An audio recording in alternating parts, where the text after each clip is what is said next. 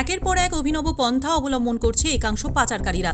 এবার আগরতলা থেকে তেলিয়ামুড়ার দিকে আসা একটি যাত্রীবাহী অটোতে তল্লাশি চালিয়ে মোট 25 কেজি শুকনো গাঁজা সহ মোট 4 জনকে আটক করে এনডিপিএস ধারায় মামলা গ্রহণ করল তেলিয়ামুড়া থানার পুলিশ।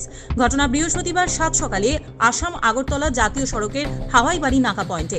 ঘটনার বিবরণ দিয়ে তেলিয়ামুড়া থানার ওসি রাজীব দেবনাথ জানিয়েছেন, আগরতলার দিক থেকে TR01E3229 নম্বরের একটি যাত্রীবাহী অটো তেলিয়ামুড়ার দিকে আসার পথে হাওয়াইবাড়ি নাকা পয়েন্টে তল্লাশি চালিয়ে মোট 25 কেজি শুকনো গাঁজা সহ পাচার বাণিজ্যের সঙ্গে জড়িত 3 মহিলা ও অটো গাড়ির চালক সহ মোট 4 জনকে আটক করে পুলিশ। পুলিশ জানিয়েছে, আটককৃত গাঁজার আনুমানিক বাজার মূল্য 3 থেকে 4 লক্ষ টাকা।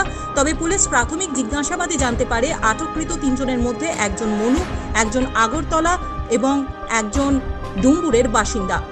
তবে গাঁজা পাচার চক্রের সঙ্গে জড়িত চুনোপুটিদের আটক করতে সক্ষম হলেও পুলিশের ধরা ছোঁয়ার বাইরে রয়েছে রাঘব বোয়ালরা। অনুমান 8টার সময় আগরতলার দিক হইতে একটি অটো আসছিল হাওয়াইবাড়ি নাকা পয়েন্টে। অটো থেকে দাঁড় করানো হয়, যার নাম্বার TR01E3229। তো অটোতে তল্লাশি করে 3 জন মহিলার ব্যাগে অনুমান 25 কেজি মতন আমরা গাঁজা উদ্ধার করতে সক্ষম হয়েছি। তো আমরা এই বিষয়ে একটি এনডিপিএস মামলা নেব, আর অটো ড্রাইভারের ইনভলভেন্সি আছে কিনা সেটা আমরা তদন্ত করে দেখছি। আনুমানিক বাজার মূল্য হবে 3,50,000 টাকা।